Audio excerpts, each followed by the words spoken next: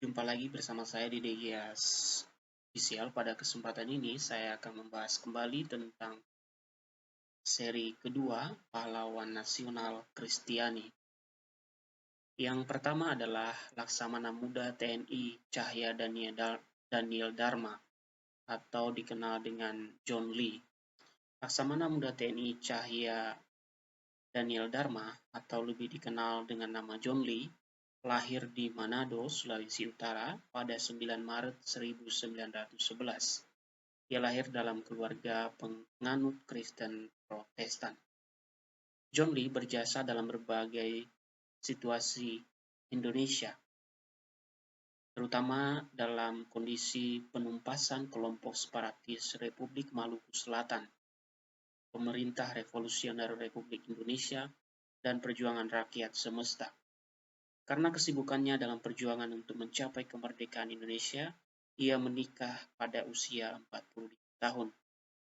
Pada tahun 1967, ia memasuki masa pensiun. Maka ia mengisi hari dengan berbagai kegiatan sosial. Ia rajin membagikan makanan kepada fakir miskin dan mengangkat mereka menjadi anaknya, karena ia tidak memiliki anak dari pernikahannya. John Lee meninggal dunia pada 27 Agustus 1988. Banyak orang datang melayat, mulai dari anak gelandangan hingga Presiden Soeharto. Demi mengenang jasa-jasanya, maka pemerintah Indonesia menganugerahkan gelar Bintang Mahaputra Utama pada tanggal 10 November 1995 dan Pahlawan Nasional pada tanggal 9 November 2009. Yang kedua adalah Isaac Hurudoko.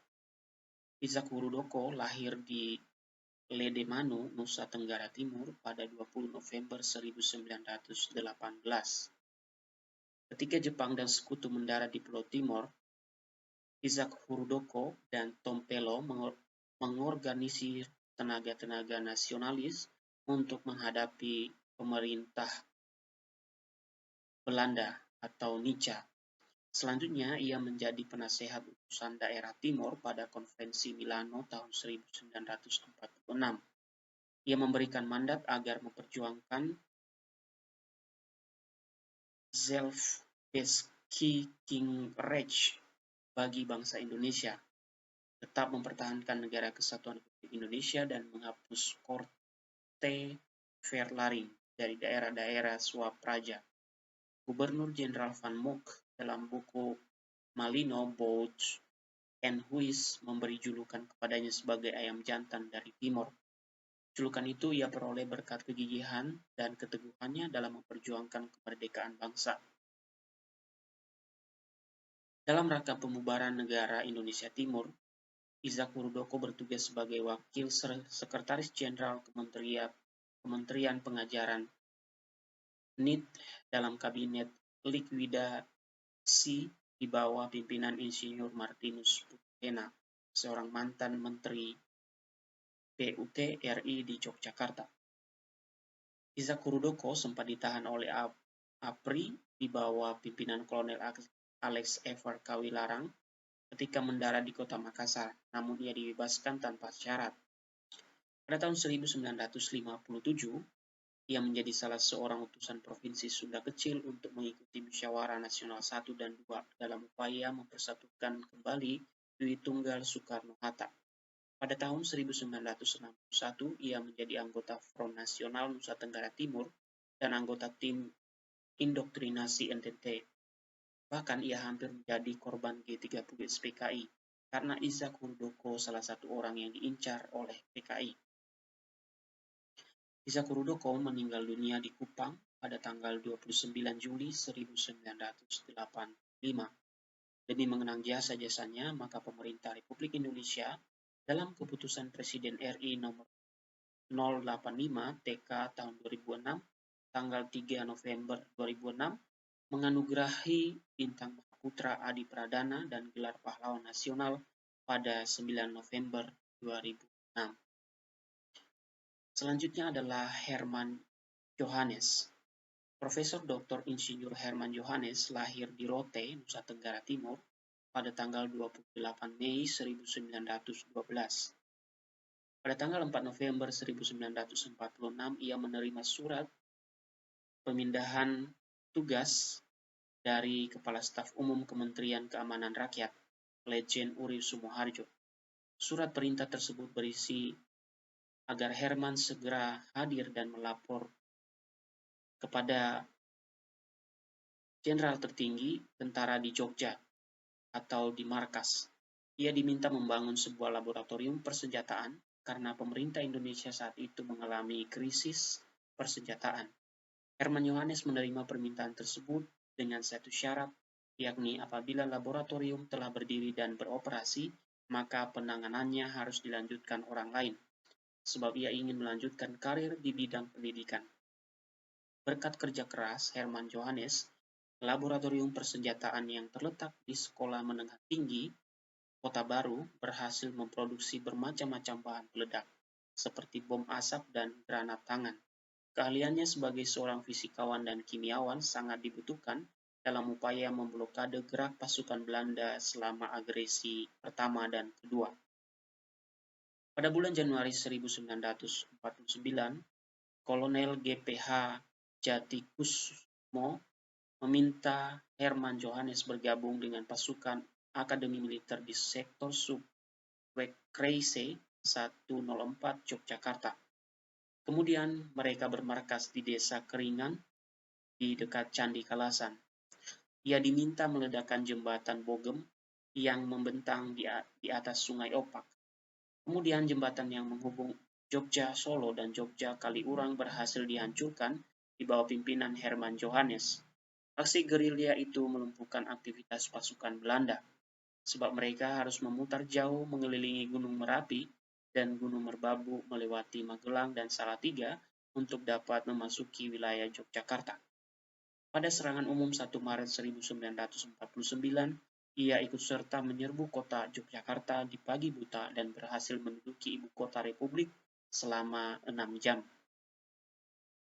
Selain itu, ia salah seorang penerima hadiah dari sumbangan Sri Sultan sebelum berangkat ke Klaten untuk melakukan koordinasi perjuangan. Herman Yohanes, Letnan Susilo, dan Letnan Jayadi menerima hadiah seragam dari Sultan. Oleh sebab itu mereka berangkat memakai seragam tersebut. Selain itu, Sultan memberikan gaji Rp100 uang Republik Indonesia atau ORI setiap bulan kepada para taruna Akademi Militer. Herman Yohanes dalam sebuah makalahnya mengemukakan bahwa Sri Sultan dan Komisi PBB menjemput para gerilyawan masuk kota Jogja pada 29 Juni 1949. Pasukan Akademi Militer masuk dari arah Pengok dan dijemput langsung oleh Paku Alam ke-8. Ia pernah mengemban tugas di berbagai bidang, antara lain menjadi guru di kursus Tot Opleiding van Bouwkundigen atau COMB Bandung pada tahun 1940, juga di Sekolah Menengah Tinggi Jakarta pada tahun 1942, menjadi dosen fisika di Sekolah Tinggi Kedokteran Salemba, Jakarta pada tahun 1943, menjadi lektor di Sekolah Tinggi Teknik Bandung di Yogyakarta pada tahun 1946 hingga 1948, menjadi mahaguru di STT Bandung. Pada Juni tahun 1948 menjadi dekan Fakultas Teknik UGM Yogyakarta pada tahun 1951 hingga 1956. Menjadi dekan Fakultas Ilmu Pengetahuan Alam UGM Yogyakarta pada tahun 1955 hingga 1962. Menjadi Rektor Universitas Gadjah Mada Yogyakarta pada tahun 1961 hingga 1966. Menjadi Koordinator Perguruan Tinggi Koperti DIJ Janteng atau Daerah Istimewa Yogyakarta, Jawa Tengah pada tahun 1979. Dan menjadi Ketua Regional Science and Development Center Yogyakarta pada tahun 1969. Selain itu, ia memiliki berbagai karir, antara lain menjadi anggota Komite Nasional Indonesia Pusat, KNIP, pada tahun 1945 hingga 1946.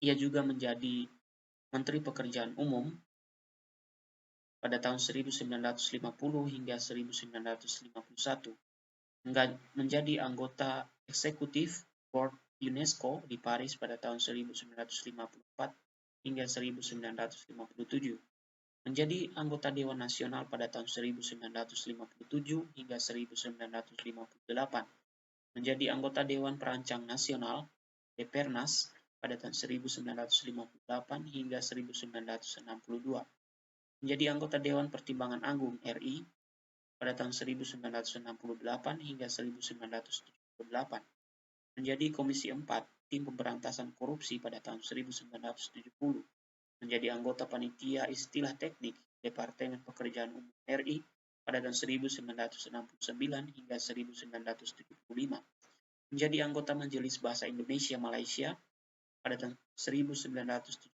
hingga 1976, menjadi anggota Pepunas Ristek di Jakarta pada tahun 1980 hingga 1985, menjadi anggota Dewan Riset Nasional pada tahun 1985 hingga 1992. Ia memiliki beberapa karir di bidang kemiliteran, antara lain menjadi Kepala Laboratorium Persenjataan Markas Tertinggi Tentara Yogyakarta pada tahun 1946, menjadi anggota pasukan Akademi Militer Yogyakarta, Sektor Subwekreis 104 pada Desember 1948 hingga Juni 1949, menjadi dosen di Akademi Militer Yogyakarta pada tahun 1946 hingga 1948. Pada tahun 1949, ia mendapat pangkat terakhir sebagai Mayor TNI dan menjadi Komandan Resimen Mahakarta pada tahun 1962 hingga 1965. Ia memiliki beberapa karya tulis, antara lain berjudul Zarah-Zarah Fisika Modern, Pancasila Seikhtisar dan Kata-kata Bung Karno, Teknik Squeeze dalam Braille, Pengantar Matematika untuk Ekonomi, Gaya Bahasa Keilmuan, Membina Bahasa Indonesia menjadi Bahasa yang Ilmiah, Indah dan Lincah, Kamus Istilah Ilmu dan Teknologi, dan Aneka Teknisepit. Selanjutnya, Hermann Johannes meninggal dunia pada 17 Oktober 1992. Demi mengenang jasa-jasanya, maka pemerintah Indonesia memberikan penghargaan kepadanya, antara lain Bintang Gerilya pada tahun 1958, Satya Lencana Pejuang Kemerdekaan pada tahun 1961, Satya Lencana Wirakarya pada tahun 1971, Bintang Mahaputra pada tahun 1973, Dr. Honoris Causa UGM pada tahun 1975, Bintang Legiun Veteran RI pada tahun 1981, Anugerah Sri Sultan Hamengkubuwono IX pada tahun 1991. Sebenarnya ia berhak dimakamkan di Taman Makam Pahlawan karena memiliki Bintang Gerilya dan Bintang Mahaputra. Namun, keluarga mengikuti amanatnya sebelum meninggal agar ia dimakamkan di pemakaman keluarga UGM di Sawit Sari, Yogyakarta. Pada tahun 2003, nama Hermann Johannes diabadikan oleh keluarga alumni Teknik Universitas Gadjah Mada menjadi sebuah penghargaan bagi karya utama penelitian bidang ilmu dan teknologi dengan nama Hermann Johannes Award. Selain itu, nama Hermann Johannes diabadikan sebagai nama Taman Hutan Raya Bank Provinsi NTT sesuai keputusan Presiden nomor 80 tahun 1996. Nama Hermann Johannes juga diabadikan sebagai nama jalan yang menghubung kampus Universitas Gadjah Mada dengan Jalan Solo dan Jalan Jenderal Sudirman. Pemerintah Indonesia menganugerahkan gelar pahlawan nasional kepadanya pada peringatan Hari Pahlawan tahun 2009. Pada tanggal 19 Desember 2016, fotonya diabadikan dalam pecahan uang logam Rp100. Selanjutnya adalah Thomas Matulesi atau Kapitan Patimura. Thomas Matulesi atau dikenal dengan nama Kapitan Patimura lahir di Haria, Pulau Saparua, Maluku, 8 Juni 1783. Ia seorang penganut agama Kristen yang berasal dari Maluku.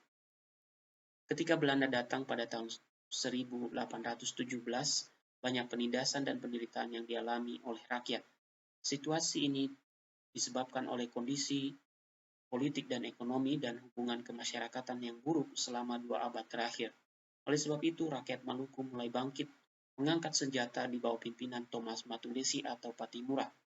Ketika perang melawan Belanda meletus pada tahun 1817, raja-raja, patih, para kapitan, tua-tua adat dan rakyat mengangkat Thomas Matulesi sebagai pemimpin dan panglima. Ia dipilih sebagai pimpinan dan panglima karena pengalaman dan sifat kesatriannya atau kabaresi. Thomas Matulesi mengatur strategi perang bersama dengan rekan-rekannya.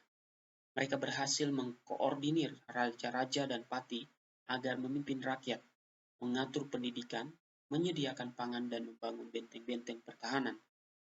Ia sangat berwibawa dalam memimpin sehingga ia disegani baik oleh para raja maupun rakyat. Perang yang berskala nasional akhirnya pecah. Perang ini diberi nama Perang Patimura. Belanda menghadapi dengan kekuatan militer yang besar, bahkan mengirim Laksamana Wycke, salah seorang komisaris jenderal. Maka pertempuran hebat melawan angkatan perang Belanda terjadi baik di darat maupun di udara.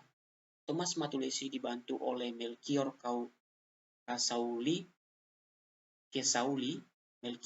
Kesauli, Anthony Rebok, Philip Latumahina, dan Ulupayah.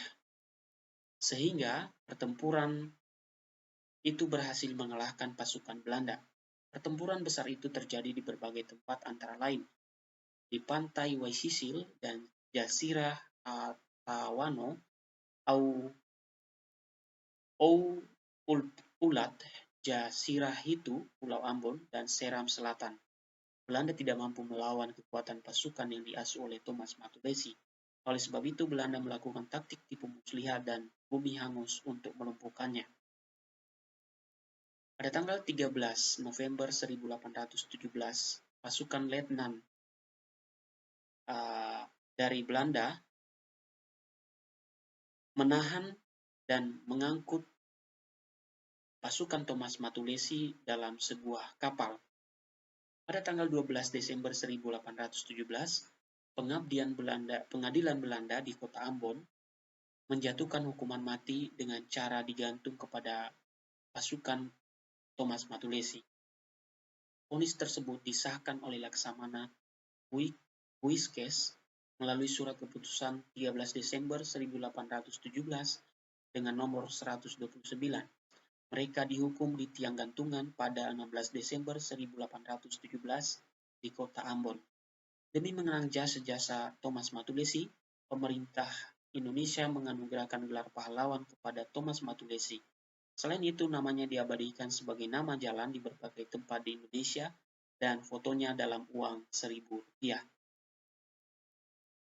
Selanjutnya adalah Frans Kaisiepo. Frans Kaisiepo lahir di Wardo, Biak, 10 Oktober 1921. Ia berjuang untuk menyatukan Nederland, New Guinea dalam pangkuan Negara Kesatuan Republik Indonesia atau NKRI. Pada tahun 1940-an, ia menjadi kepala distrik di Warsa, Biak Utara. Pada dekade itu, ia mengusulkan agar Netherlands, New Guinea masuk dalam wilayah Kepresidenan Sulawesi Utara. Karena usulan tersebut, ia dipenjara dan diasingkan oleh Belanda. Setelah bebas dari penjara dan pengasingan, ia menggagas berdirinya Partai Indonesia Merdeka di Biak pada tahun 1946.